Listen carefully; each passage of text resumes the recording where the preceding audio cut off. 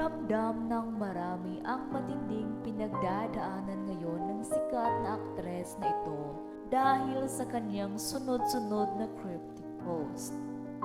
Marami nga ang nabahala matapos niyang ipahiwatig na gusto na niyang mawala dahil sa tindi ng pinagdadaanan niya ngayon.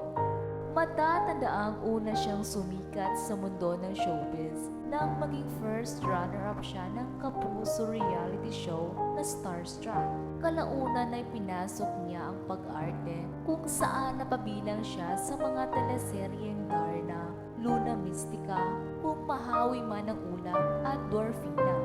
Naging suki rin siya ng men's lifestyle magazine na FHM nang maging cover girl siya nito ng ilang taon.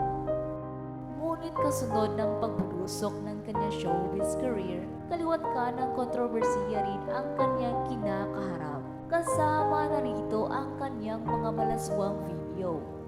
Gayunpaman, tuluyang nagbago ang kanyang buhay matapos niyang maging karelasyon ng anak na Senator Panfilo Lacson na si Pampi Lacson, kung saan mayroon silang 2 anak sa kasalukuyan.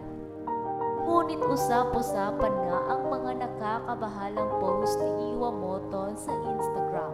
Tulad na lamang ng post niya kung saan sinabi niyang matulog forever at hindi na magising. Ayon kay Iwa, gusto na niyang mawala para makatakas sa sakit ng realidad.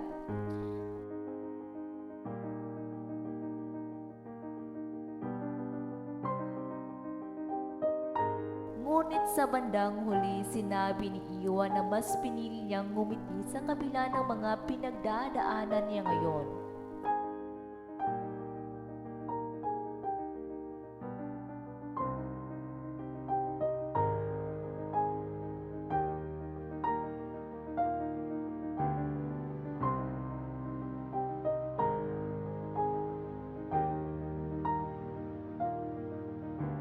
Matatandaang kamakailan lang ay nag-post din si Iwa ng isang cryptic poem tungkol sa mga pangako ng isang tao na hindi umano natupad at paggawa nito ng mga kasalanan na paulit-ulit na